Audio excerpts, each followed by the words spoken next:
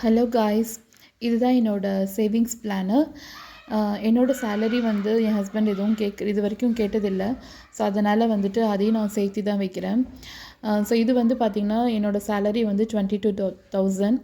அப்புறம் என் ஹஸ்பண்ட் வந்து எனக்கு கொடுக்குற அமௌண்ட்டு வீட்டு செலவுக்காக கொடுக்குறது 25. ஸோ ஆல்டுகெதர் என்கிட்ட வந்து 47,000 இருக்கும்.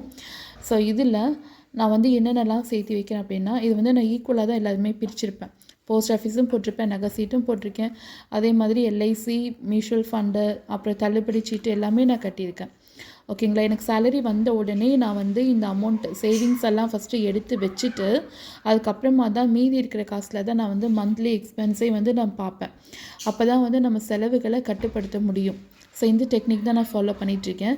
ஸோ போஸ்ட் ஆஃபீஸில் வந்து ஒரு 5,000, அப்புறம் நகைச்சீட்டு அப்படின்னா வந்து கோல்டு பேலஸில் ஒரு 5, அப்புறம் குமரனில் ஒரு 7, தென் எல்ஐசியில் வந்து ஒரு 1,100, அப்புறம் மியூச்சுவல் ஃபண்டில் ஒரு 2,000, அப்புறம் தள்ளுபடி சீட்டு வந்து ஒரு 7,500. ஸோ இதான் வந்து என்னோடய சேவிங்ஸ் பிளானு. ஸோ இதுக்கப்புறம் வீட்டு செலவு காசுன்னு பார்த்திங்கன்னா, ஸ்நாக்ஸுக்கு ஒரு 1,500, ஃப்ரூட்ஸுக்கு வந்து ஒரு 1,500, பாலுக்கு ஒரு 1,500, கேஸுக்கு வந்து மாதம் 600 எனக்கு தேவைப்படும். தென் மாதத்துக்கு க்ராசரி வந்து ஒரு 4,000, அதுக்கப்புறம் வெஜிடபிள்ஸ்க்கு வந்துட்டு ஒரு 2,000. இது வந்து 4 வாரத்துக்கு, ஒரு மாதத்துக்கு. ஓகேங்களா.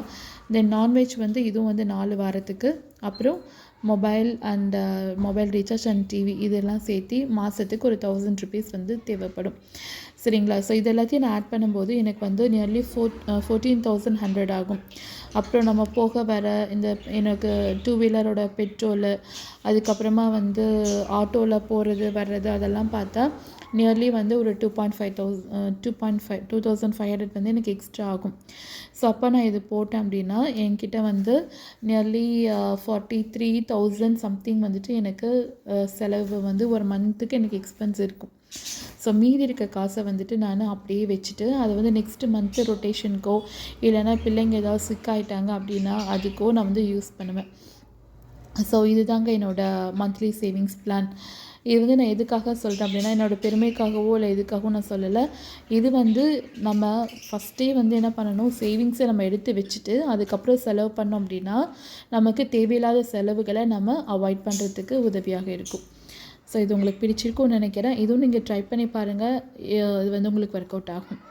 Thank you all.